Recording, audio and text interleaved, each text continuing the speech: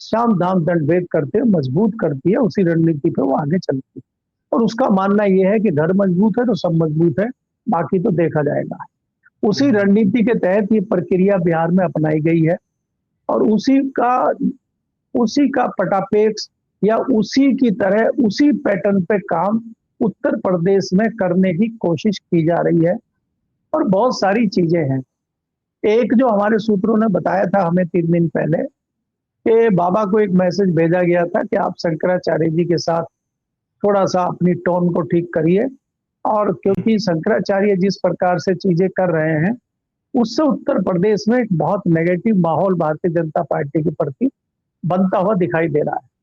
जाहिर है शंकराचार्य जी सनातन के हिंदू धर्म के बड़े जो है संत हैं, उनका नाम है शंकराचार्य है, और उन पे इस तरह के व्यक्ति के आरोप लगा देने से जो खुद हिस्ट्री सीटर है, जो खुद गैंगरेप का जो है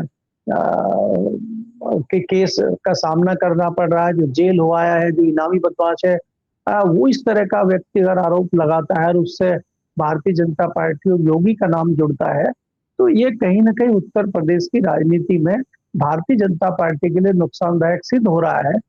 इससे बचने के लिए और इसको दूर करने के लिए प्रेशर योगी जी पर डाला गया, लेकिन योगी जी ने उस प्रेशर को बहुत ज्यादा नहीं दिया और बहुत ज्यादा उस ओर कोई ध्यान नहीं दिया। इससे भी कहीं ना कहीं चाहे संघ हो चाहे दिल्ली का नेतृत्व हो, कहीं ना कहीं खिन दिखाई देता है। और अब दिल्ली का नेतृत्व तो बहुत दिनों से चाह रहा है कि बाबा को किस प्रकार से गोरखपुर भेजा जाए, लेकिन अब प्रेशर धीरे धीरे बढ़ता जा रहा है।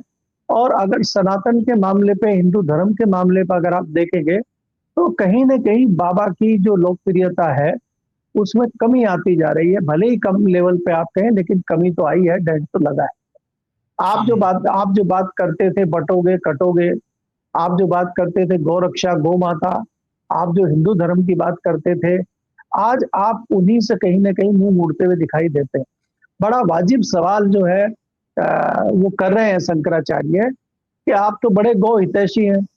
अगर आप वास्तव में गौ रक्षक हैं और गौ तस्कर नहीं हैं, तो अब आपको ये बताना होगा, इसके प्रमाण देने होंगे, और आप प्रकट हो जाइए कि आप गौ रक्षक हैं या गौ तस्कर हैं। क्योंकि दोनों चीज आप नहीं चला सकते कि पर्दे के पीछे से तस्करी चलाएं और पर्दे के आगे जो है आप गौ रक्षक बने रहें। ये दो तरफा मामला नहीं चलेगा। कहीं ना कहीं भारतीय जनता पार्टी की इस रणनीति को और इसको चुनौती देने का काम शंकराचार्य जी ने किया है। और जिस प्रकार से 11 तारीख नजदीक आती जा रही है और शंकराचार्य जी ने उद्घोष कर दिया है कि हम लखनऊ में जाके 11 तारीख को पूरा पूजा अर्चना करेंगे और गौ माता को हम जो है रासमाता घोषित करने के लिए मांग करेंगे, गौ रक्षा की बात करेंगे, तमाम चीजें करेंगे, तो उससे कहीं ना कहीं भारतीय जनता पार्टी गिरती हुई नजर आ रही है। भारतीय जनता पार्टी को लग रहा है कि भाजपा का इससे कोई बड़ा नुकसान हो सकता है।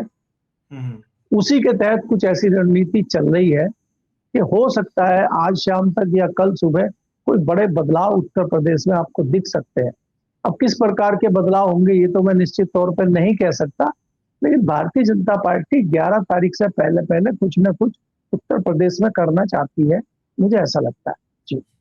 अच्छा, बिहार के बाद यूपी की बारी, तो वो जो लंका दहन की जो तैयारी हो रही है, मतलब ये तो नया पैटर्न बन गया सर कि चुनाव जीतो किसी के चेहरे पर और उसके बाद कुर्सी पर बैठा दो किसी और को।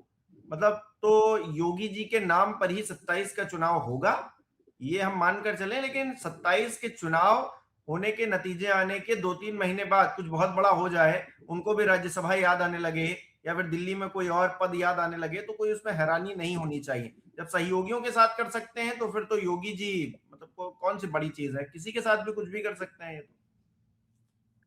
देखिए हिमांशु, आपकी बात बिल्कुल सही है कि जिस प्रकार से बिहार का पैटर्न है उसी पैटर्न पे उत्तर प्रदेश जाता हुआ दिखाई दे रहा है, और इसमें कोई दो राय नहीं है। जिस प्रकार बिहार के कद्दावर नेता थे नीतीश कुमार, उसी तरह से आज उत्तर प्रदेश की राजनीति में, खासकर भारतीय जनता पार्टी की राजनीति में योगी जी का बहुत महत्वपूर्ण स्थान है और उनको इतनी आसानी से नहीं हटाया जा सकता, जिसकी कोशिशें लगातार दिल्ली कई सालों से कर रहा है, उपस्थित होता है हर बार। तो अब दिल्ली ने एक नया फॉर्मूला निकाला है, अब यही एक तरीका है उनको गद्दी से दूर करने का, क्योंकि उनको तो अपना डमी बिठाने की आदत है। अब क्या नीतीश कुमार सारे फैसले तो भारतीय जनता पार्टी के आंख बंद करके कान बंद करके सुनते नहीं थे, लेकिन जब अपना डमी बैठ जाएगा फिर जो चाहेंगे वो करेंगे। उसके तमाम उदाहरण आपके सामने हैं, चाहे आप राजस्थान का उदाहरण लीजिए, चाहे मध्य प्रदेश का लीजिए, छत्तीसगढ़ का लीजिए, गुजरात का लीजिए, उत्तराखंड का लीजिए, हरियाणा का लीजिए, दिल्ली का लीजिए, आपके सामने तमाम उदाहरण है। तो उसी उदाहरण को आप उत्तर प्रदेश में लागू करना चाहते हैं, किस प्रकार से करेंगे, क्या करेंगे, वो कोई पैटर्न बहुत नया नहीं है भारतीय जनता पार्टी का। मुझे जो सिनेरियो नजर आ रहा है कि चुनाव योगी जी के चेहरे पे ही लड़ा जाएगा, लेकिन परिस्थितियां ऐसी बना दी जाएंगी कि योगी जी को सीएम बनाने के रास्ते में बड़े बड़े रोड़े अड़ जाएंगे और फिर योगी जी को रास्ता दिखाया जाएगा कि आप भी राज्यसभा में दिल्ली आ जाइए और कोई मंत्रालय देख लीजिए, और या फिर अगर आपको नहीं राज आ रहा है ये, तो आप मठाधीश का वो पुराना अपना देख लीजिए गोरखपुर का। तो फिर डिसीजन योगी जी का होगा कि वो मठ में जाते हैं या राजनीतिक मठ जो दिल्ली में है उसमें जाते हैं, ये उनको डिसाइड करना होगा। लेकिन ये परिस्थितियां इस तरह की उत्तर प्रदेश में बनेंगी, उस तरह की रणनीति होगी। भारतीय जनता पार्टी तमाम शाम दाम दंडभेद उत्तर प्रदेश में करेगी और इसमें बहुत सारे नायक और खलनायक आपको दिखाई देंगे। इसमें कुछ नई पार्टियां भी आएंगी, कुछ पुरानी पार्टियां टूटती हुई दिखाई देंगी, कुछ जो है बहुत सारे आपको 35 चुनाव में दिखाई देंगे जिनकी तैयारियां लगभग शुरू हो गई हैं, क्योंकि अभी उत्तर प्रदेश में बहुत ज्यादा समय बचा नहीं है। लगभग 9-9.5 महीने बचे हुए उत्तर प्रदेश में, और बिहार के बाद जो है पूरा फोकस उत्तर प्रदेश में है, क्योंकि उनको दिखाई देता है कि वेस्ट बंगाल शायद उनके बूते की बात नहीं है, इसलिए वो वेस्ट बंगाल को छोड़ के अब अपना जो पूरा रुख है वो उत्तर प्रदेश की तरफ कर रहे हैं, क्योंकि भारत की राजनीति में उत्तर प्रदेश का महत्वपूर्ण स्थान है। 80 लोकसभा सीटें हैं। आज जो देश का दूसरे नंबर, कांग्रेस के बाद अगर दूसरे नंबर का कोई सबसे बड़ा राजनीतिक दल है, समाजवादी पार्टी के पास लोकसभा सीटें हैं, तो समाजवादी पार्टी को भी साधना जरूरी है ताकि वो दिल्ली में अविश्वास प्रस्ताव के समय तो बड़ा नुकसान भारतीय जनता पार्टी का ना कर दे। उसको किस तरीके से उसको दबाया जाए, किस तरीके से उसको सेट किया जाए, किस तरीके से उसको ब्लैकमेल किया जाए, उसकी भी रणनीति भारतीय जनता पार्टी कर रही है कि किस तरह से कंट्रोल में समाजवादी पार्टी को रखा जाए। उनके पास तमाम हथियार हैं कंट्रोल में करने के लिए, वो भी आपको पता है जी। अच्छा, योगी जी का जो सिनेरियो होगा वो तो चुनाव के वक्त होगा या चुनाव के बाद होगा, लेकिन नीतीश कुमार का जो सिनेरियो है, नीतीश कुमार अपनी पार्टी को भी टूटता हुआ देख रहे हैं, अपनी कुर्सी जाती हुई भी देख रहे हैं, एक तरह से डिमोशन उनका हो रहा है, फिर भी नीतीश कुमार खामोश हैं। ये नीतीश कुमार की खामोशी क्या कोई ब्लैकमेलिंग की तरफ इशारा कर रही है? क्योंकि स्वास्थ्य नहीं ठीक है, मुख्यमंत्री जी को कुर्सी पर नहीं होना चाहिए, नीतीश जी को उस कुर्सी पर नहीं बैठना चाहिए, ऐसी बातें तो तमाम होती रही हैं। ठीक है, स्वास्थ्य का विषय एक अलग हो सकता है, लेकिन नीतीश कुमार इतना खामोश हो जाए, अपनी पार्टी के ही लोग उनके ही फैसले पर सवाल खड़े करने लगे और नीतीश कुमार उनको समझा ना पाए। ये परिस्थिति मतलब आज से पहले जेडीयू में तो कभी नहीं बनी, और नीतीश कुमार जी ने अगर कोई फैसला लिया है सही या गलत, कम से कम उनकी पार्टी तो उनके साथ खड़ी रहती। अब उनकी पार्टी ही नहीं खड़ी उनके साथ। देखिए हिमांशु, बहुत वाजिब सवाल है आपका, बहुत बढ़िया सवाल है, और आप ही नहीं, इस बात को लेके कई सारे लोग चिंतित हैं, बहुत सारे लोग भ्रमित हैं कि नीतीश कुमार जैसा व्यक्ति कैसे ब्लैकमेल हो रहा है। क्योंकि ये तो मैं निश्चित तौर पे कह सकता हूं कि नीतीश कुमार के ऊपर कम से कम आर्थिक लेन देन के तो कोई मामले हैं नहीं, सीबीआई ईडी तो उनका कुछ बिगाड़ नहीं सकती, मामला कुछ और है। वो जो मामला है, जो मुझे लगता है या मेरी समझ में आता है, जहां तक मैं नीतीश कुमार को जानता हूं पिछले 3 दशकों से, जिस प्रकार की राजनीति वो करते हैं और वो समाजवादी विचारधारा के व्यक्ति हैं, और जिस प्रकार से चाहे लोकदल हो, जेडीयू हो, पुराने लोगों में चाहे लालू यादव के साथ ही मिलकर चले, क्योंकि विचारधारा दोनों की एक ही है, चाहे लालू हो चाहे नीतीश हो, तो वो क्यों इतना ब्लैकमेल हो रहे हैं, इसका कारण क्या है, ये लोगों की समझ में नहीं आता। मेरी नजर में इसका कारण ये है कि नीतीश कुमार आज की डेट में उनकी पार्टी लगभग टूट चुकी है। भारतीय जनता पार्टी ने, भले ही नीतीश कुमार आर्थिक मामलों पर ना घिरे हों, लेकिन नीतीश कुमार की पार्टी के कई नेता घिरे हुए हैं। नीतीश कुमार के कई सारे दूसरे लोग हैं जो किसी स्वार्थ में, लालच में भारतीय जनता पार्टी की गोद में बैठ चुके हैं। तो नीतीश कुमार जी की पार्टी कुछ दिन चल जाए, नीतीश कुमार की पार्टी कुछ बच जाए, इस लालच में नीतीश कुमार ब्लैकमेल हो रहे हैं, मुझे ऐसा लगता है। क्योंकि नीतीश कुमार और किसी मामले में ब्लैकमेल हो, उनके ऊपर कोई आपराधिक मामले चल रहे हो, उनके ऊपर कोई आर्थिक मामले चल रहे हो, उन पे कोई रिश्वत के मामले चल रहे हो, उन पे कोई घोटाले के मामले चल रहे हो, उन पे कोई हेराफेरी के मामले चल रहे हो, ऐसा तो है नहीं। लेकिन नीतीश कुमार जो हो रहे हैं कि उनको ये लगता है कि अगर मैं तत्काल बाहर होता हूं या कोई एक्शन लेता हूं तो मेरी पार्टी टूट सकती है और मेरी पार्टी के 90% लोग भारतीय जनता पार्टी में जा सकते हैं। इसी नाते वो अभी तक भारतीय जनता पार्टी से ब्लैकमेल हो रहे हैं। क्योंकि अगर आप देखेंगे, अगर वो कोई एक्शन लेते भी हैं, उनको बखूबी मालूम है अगर कोई एक्शन लेते हैं वो अलग होते हैं, तो अलग होके वो भारतीय जनता पार्टी का कुछ नहीं बिगाड़ पाएंगे। ये परिस्थितियां आ चुकी हैं।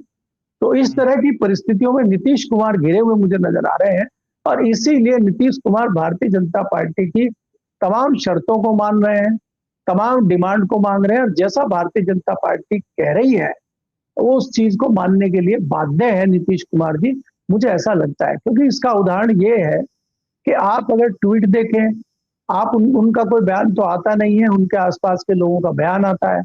उनका ट्वीट बड़ा हैरानी भरा है कि मेरा मन है कि मैं राज्यसभा जाऊं, क्योंकि वो राज्यसभा गए नहीं है। बाकी दलों के भाई वो विधान परिषद में रह गए, लोकसभा में रह गए, विधानसभा में रह गए, तो वो राज्यसभा नहीं गए, उनका बड़ा मन है।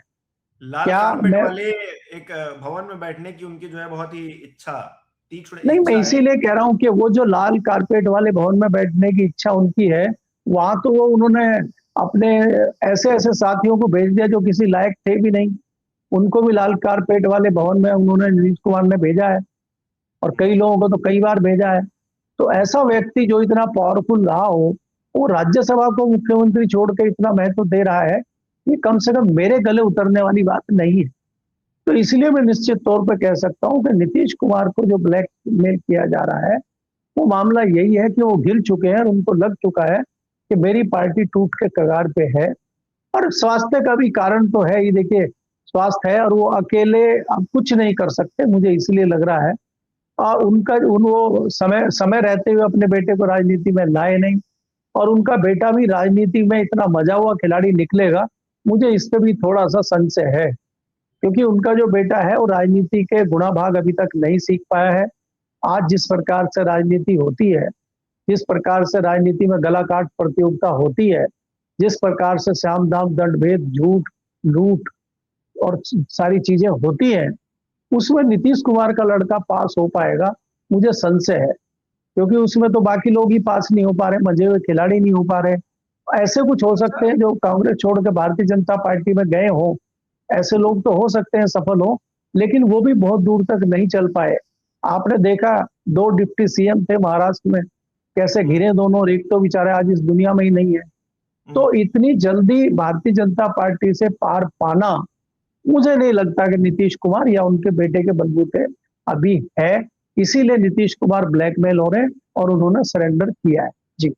अच्छा, नीतीश कुमार की क्या बैकडोर में कोई और डील हो गई है क्या? क्या राष्ट्रपति की तरफ चीजें बढ़ रही हैं, या कुछ लोग तो डिप्टी पीएम बनाए दे रहे हैं उनको, तो उस तरफ भी क्या कोई चीजें जा सकती हैं? आपको कुछ आशंका, संभावना नजर आती है उधर? देखिए हिमांशु जी, आपको समझना पड़ेगा, कभी भी भारतीय जनता पार्टी खासकर धनखड़ के बाद किसी भी ऐसे व्यक्ति को किसी सर्वोच्च पद पर नहीं बिठाएगी जिसकी संभावना ये हो कि कल को उसकी मानसिकता जाग सकती है। अब कल को राष्ट्रपति बन के कौन सा कोई ऐसा निर्णय ले ले नीतीश कुमार जिसमें भारतीय जनता पार्टी फंस जाए, तो ऐसी परिस्थिति कभी भारतीय जनता पार्टी नहीं लाएगी। राष्ट्रपति बनाने का तो भूल जाइए आप। मुझे लगता है कि दिल्ली लाके भारतीय जनता पार्टी को एक मंत्रालय उनको दे सकती है, और मंत्री बने हुए तमाम लोग घूम रहे हैं, चाहे वो भारतीय जनता पार्टी के हों चाहे वो विपक्ष के हों। आपको उन मंत्रियों की हैसियत पता है कि उनके पास घोड़ा गाड़ी बंगले के अलावा तीसरे ताकत उनके हाथ में कुछ नहीं है। सारा भारतीय जनता पार्टी ने अपने हाथ में रखा हुआ है। पीएस तक लगाने की हैसियत किसी बाहर के मंत्री की नहीं है, वो भी पीएमओ से आता है और वही सारा चीजों को हैंडल करता है। तो इन परिस्थितियों में नीतीश कुमार कोई बहुत बड़ा कर लेंगे, कोई बहुत बड़ा उखाड़ लेंगे, मुझे नजर नहीं आ रहा है। अब नीतीश कुमार का जो राजनीतिक मामला था, राजनीतिक उनका जो क्या कहें एक चंक था, वो खत्म होने की तरफ है। नीतीश कुमार की राजनीति समाप्ति की तरफ है। नीतीश कुमार की लगभग 3 साढ़े 3 दशक की जो राजनीति हम देख रहे हैं, वो बहुत अच्छी राजनीति रही है। बिहार के लिए उन्होंने बहुत अच्छा किया है। देश में वो दो दो बड़े मंत्रालय उन्होंने संभाले हैं, चाहे रेल मंत्रालय हो, चाहे कृषि मंत्रालय हो। तो एक सफल नेता के तौर पे आज वो मुझे लग रहा है समापन कर रहे हैं। और अच्छा होता कि वो सारी चीजें सोच कर अगर सन्यासी ले लेते या उनकी विदाई शानदार होती तो और अच्छा होता। तेरे कूचे से बड़े बेआबरू होकर हम निकले, कम से कम ये टैग उनके ऊपर नहीं लगता। तो अच्छा होता अगर वो स्वतः ही राजनीति से दूर हो जाते। जी, बहुत बहुत शुक्रिया सर, तमाम बातचीत के लिए, तमाम जानकारी के लिए। हमारे दर्शक किस तरह से देख रहे हैं इस विषय को कमेंट करके जरूर बताएं। जिस तरह से नीतीश कुमार की विदाई होनी चाहिए थी, उस वक्त जो है वो राज्यसभा जा रहे हैं, मुख्यमंत्री की कुर्सी जो है वो छोड़ रहे हैं, वो एक राज्यसभा की सीट के लिए, ये अपने आप में हैरानी भरा है। और क्या उन्होंने कोई बैकहैंड डील कर ली है अपने आप पे, ये भी सवाल खड़ा हो रहा है। आने वाले वक्त में पता चलेगा। इसको लेकर हम चर्चा करते रहेंगे, जानकारी आप तक पहुंचाते रहेंगे। फिलहाल इस शो में इतना ही। बहुत बहुत धन्यवाद।